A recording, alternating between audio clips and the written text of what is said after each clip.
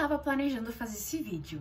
Eu nem sequer terminei a temporada correndo, tomei total meu tempo para ver junto com a minha amiga quando a gente conseguiu conciliar os horários. Mas, quando terminou, eu percebi que eu tinha muito a dizer. Então, por isso, a gente tá aqui hoje. Oi, meu nome é Natália, sou viciada em séries, incluindo a série original, e hoje eu tô aqui pra falar do reboot de Gossip Girl. Afinal de contas, esse reboot e a sua primeira temporada foram uma porcaria ou foram legais? Pra quem não sabe, Gossip Girl original foi uma série que durou por 6 temporadas, de 2007 até 2012. E a história era sobre a vida desses adolescentes privilegiados da elite de Nova York, e eles tinham esses segredos e escândalos contados por esse blog chamado Gossip Girl. Talvez você estivesse morando debaixo de uma pedra e perdeu, mas a série foi um imenso sucesso na cultura teen. Até hoje a gente tem Blairs e Serenas pro Halloween. O negócio sobre essa série era os escândalos e toda o lugar luxuoso, as festas luxuosas, as roupas luxuosas. Esse era, assim, o charme da série. E sim, eles eram todos adolescentes que você poderia facilmente odiar, porque eles eram meio, às vezes, mas Gossip Girl entendia que o negócio ali era fazer o circo pegar fogo. Vocês têm noção de que o marketing da série incluía posters literalmente com críticas dos pais falando que a série era polêmica demais? E sim, hoje em dia alguns elementos da série, quando você para pra pensar, são bem problemáticos e questionáveis, principalmente muita coisa que o Chuck Bass fez, principalmente no início da série. E se você assistir sem nenhum pingo de nostalgia, tem muita coisa que você não vai gostar. Mas quando você já tem aquela nostalgia, você consegue ignorar tudo isso mais fácil. Agora vocês imaginem, quando revelaram que ia rolar um reboot, é óbvio que os fãs ficaram preocupados. E tipo assim, mostraram fotos e os looks pareciam legais e com certeza tinha personagens com muito mais representatividade do que tinha antes.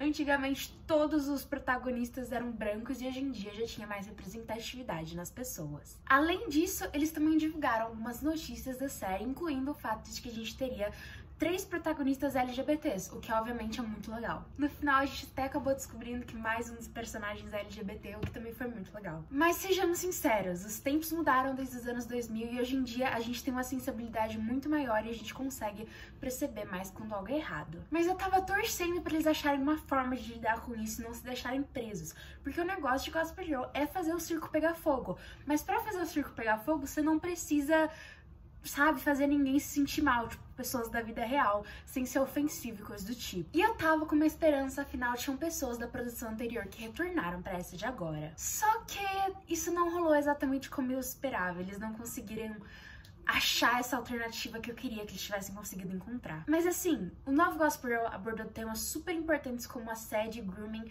e eu total aplaudo eles pela forma como eles lidaram com esses tópicos. E eles até conseguiram tocar em um tópico que é considerado ainda um pouco mais polêmico hoje em dia, que é a questão do poliamor. Mas pra mim tem essa personagem que ela é o exemplo perfeito do porquê que o reboot de Gossip Girl não conseguiu fazer o que a série anterior queria. Que é assim, deixar o seu personagem realmente ser polêmico, deixar ele causar, botar o circo pra pegar fogo, porque é isso que a gente quer ver drama. Julianne Calloway, a personagem que antes de tudo parecia que ia ser a nova Queen Bee, a grande bad bitch. E assim, eu total apoio ela ser a própria personagem dela, eu total apoio ela não ser uma Blair, eu total apoio ela não ser uma Serena, eu total apoio ela ser uma personagem completamente diferente. Os próprios personagens de High School Musical, The Musical, The Series, por exemplo, eles não ficaram apoiados nos personagens dos filmes originais. Eles fizeram personagens novos e funcionou. Mas assim, com o passar dos episódios, não demorou muito pra eu perceber que a Julian não seria uma personagem que eu iria curtir. E nem sequer me importar, sendo bem sincera. O grande problema, não só com a Julian como com a série inteira, é que eles parecem que estão constantemente presos. A Julian, ela anda bem cemazinha assim dessa linha entre ser uma bad bitch ou ser uma pessoa boazinha. E ela não consegue escolher um lado, ela não consegue, tipo, pisar num dos lados. Ela tá constantemente na linha, meio que pendendo assim, olhando pra um lado e pro outro e não faz nada. E fica muito maçante, porque em alguns momentos ela age de forma extremamente egoísta, mas daí alguém fala, não faz isso, é feio. E daí de repente ela resolve que agora ela é uma santa, sabe? Tipo, ela nunca escolhe um lado, ela fica constantemente nesse vai e volta. E não é como se ela precisasse ficar boazinha pro público não odiar ela. O público ama amar personagens ruins. Olha o Joe de You, por exemplo. A gente tá no século 21, 2021, a gente tem um monte de personagens que são anti-heróis ou vilões que também são protagonistas e que conquistam o público muito mais do que os próprios protagonistas, que são pessoas boazinhas e heróis. A gente ama um personagem que é babaca, mas você tem que ser um babaca constante. Não adianta você ficar mudando de ideia a cada 5 segundos. A gente quer amar te odiar. O problema da Julian é que ela parece estar constantemente com medo de ser cancelada.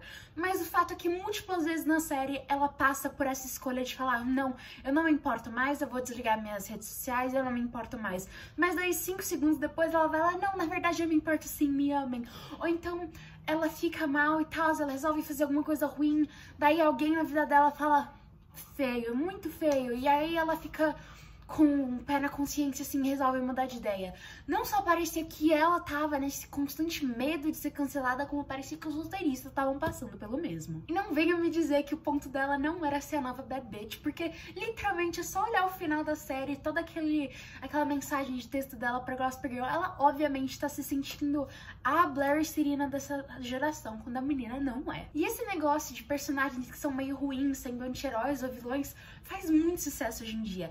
E Gossip Girl tentou fazer isso com 2 personagens, a própria Julian, mas também eles tentaram assim dar uma tentada de fazer isso com a Monet. Então vamos lá, tá na hora de falar da Luna e da Monet. O que rolou? Eu tenho certeza que eu não tô maluca, eles falaram que ia ter mais da Luna e da Monet na segunda parte. E assim, no final da primeira parte, eles agiram como se a Monet fosse virar essa grande antagonista e tal, e que ela ia, tipo, entrar nos planos da Julian e tomar o espaço dela. Mas parece que eles simplesmente tinham resolvido que ia fazer isso, mas daí passou pelo hiatus e eles falaram: não, melhor não, deixa pra temporada que vem. Porque ela passou pela mesma coisa na segunda parte da série que ela já tinha passado na primeira. E tá bem, vou ser sincero, a Luna teve mais na segunda parte. Mas e de nada pra ter uma historinha assim, que se eu não me engano rolou em um episódio só? Nossa, que diferença! O fato é que ambas foram muito mal utilizadas e foram muito ignoradas. Teve até episódios que elas nem sequer apareceram. Em teoria, elas fazem parte daquele grupo de amigos, elas são importantes naquele grupo de amigos.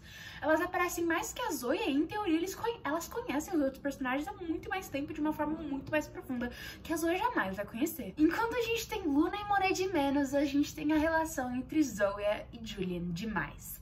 As 2 irmãs que parece que a série queria que elas fossem a nova Blair e Serena tendo uma relação difícil. E, gente do céu, depois do quê? Depois da 3ª ou 4ª briga, quando eu percebi que ia ser um negócio muito frequente, eu parei de me importar, porque elas constantemente brigam e constantemente se resolvem. Toda hora, e é toda hora. Elas brigam e 5 minutos depois elas estão se ajeitando. E sim, eu acho que isso funciona com a Serena e com a Blair, porque elas tinham personalidades conflitantes, elas tinham coisas uma contra a outra, elas tinham mágoas contra a outra.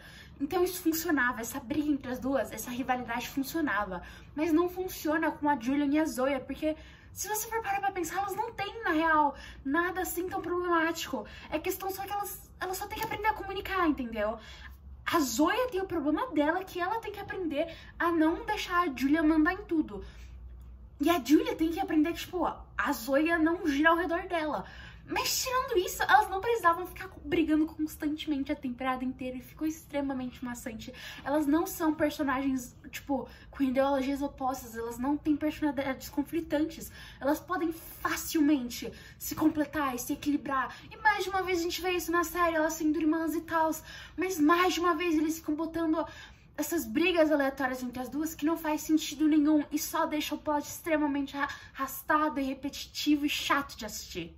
Quando chegava cenas entre as 2, que elas estavam brigando e coisas assim, ai, eu ouvi isso, ai, eu ouvi aquilo, meu Deus, eu só queria pular. Mas agora imagina só, se a Julian realmente tivesse se tornado a personagem que ela deveria ter se tornado, uma bad bitch, aí sim elas poderiam ter um negócio interessante. Eles poderiam ou ir pelo caminho mais fácil de fazer a Zoya meio que ter que se perder pra ir contra a irmã, o que é um negócio muito comum em Gossip Girl, a gente viu isso com a Jenny. Ou a gente poderia ver um caminho completamente diferente. A gente poderia ver a Zoya, tipo, se recusar a diminuir pro nível da Julian, sabe? E eu acho que isso poderia ser muito interessante também. Mas não, ao invés disso, elas ficam andando em círculos a temporada inteira. E o problema da Zoya é que ela também parece estar andando em uma linha e não escolhe um lado. Porque uma hora ela parece estar começando a tentar se enfiar nesse mundo da Julian e outra hora ela parece não ter interesse nenhum nesse mundo e ela nunca escolhe. No final ela parece que escolheu Aliás, nos 3 últimos episódios da temporada parece que ela escolhe que não quer mais nada. 5 minutos depois ela resolve que na verdade quer fazer parte do grupo sim. 5 minutos depois ela resolve que não quer mais nada com aquele grupo, que ela não quer fazer parte desse universo. 5 minutos depois ela escolhe que de novo ela quer fazer parte. 5 minutos depois ela percebe que ela não quer fazer parte, que não é amiga deles. A menina não se resolve. A série inteira fica andando em círculos. Um negócio muito ferrado dessa série é que os personagens fazem coisas e muitas vezes parece que não tem consequência nenhuma. E eu não tô dizendo, tipo, ai, nossa, ela foi má, então ela tem que receber alguma coisa má. Não, mas, tipo, parece que os roteiristas esqueceram que eles escreveram algo no episódio anterior. Parece que eles esqueceram que tinha rolado aquela coisa ali ao invés da outra, tipo, parece que eles simplesmente esquecem que as coisas aconteceram. Colocar atitudes e depois... Atitudes essas que em teoria são pra bombar e depois você ignorar essas atitudes ou modificar como se não tivesse acontecido do jeito que você falou, é um bagulho que não funciona. É só olhar o exemplo de Pretty Little Liars. Não funciona e deixa o público extremamente irritado. Olha, por exemplo, o fato de que a Audrey foi quem tirou o Aki do armário pelo pai dele. Poderia ter sido um baita de um drama, assim, eu quero ver drama. E não me entenda mal, a Audrey é literalmente minha personagem favorita. Ela, o Aki e o Max são os meus 3 personagens favoritos dessa série. E eu amo ela, e obviamente eu não quero ver ela se ferrar.